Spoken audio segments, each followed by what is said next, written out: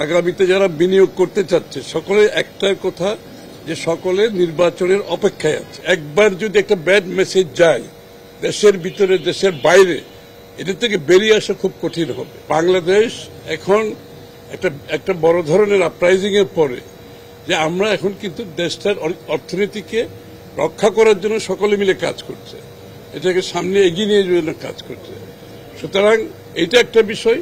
আর বিগত দিনে এলডিসি গ্রাজুয়েশনের পরিপ্রেক্ষিতে যে স্ট্যাটিস্টিক্সগুলো দেওয়া হয়েছিল এগুলো প্রশ্নবিদ্ধ আছে।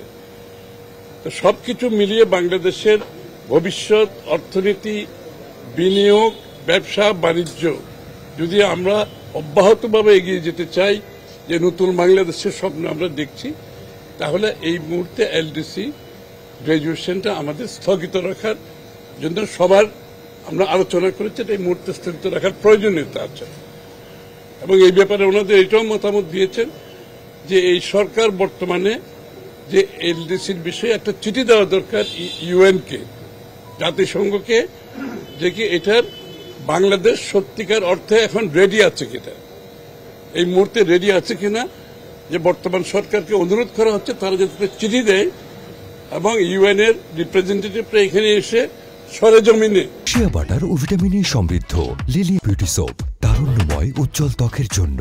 রিমার্ক দেখে বাংলাদেশের রেডিনেসটা আছে কিনা এটা প্রত্যক্ষভাবে দেখার প্রয়োজনীয়তা আছে। আর দ্বিতীয়ত লেবার ইস্যুতে যে বিষয়গুলো আছে ওনারা বিস্তারিত বলবেন।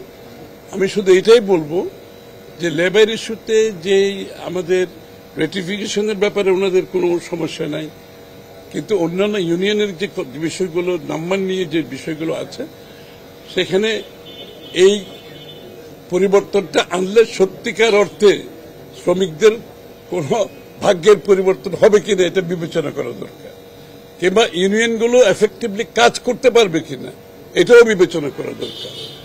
কারণ এগুলো বিবেচনা না করে তাড়াহুড়া করে যদি সিদ্ধান্ত নেওয়া হয়, তাহলে আগামী দিনে একবার যদি একটা ব্যাড মেসেজ যায় দেশের ভিতরে দেশের বাইরে, এটা থেকে বেরিয়ে আসা খুব কঠিন হবে। নির্বাচনের বিষয়ে তো শুধু বাংলাদেশের ব্যবসায়ী নয়, বাংলাদেশে যারা ব্যবসায়ীটা আছেই, বিদেশি বিনিয়োগকারীরা আছে, আগামীতে যারা বিনিয়োগ করতে চাচ্ছে সকলের একটাই কথা যে সকলে নির্বাচনের অপেক্ষায় আছে।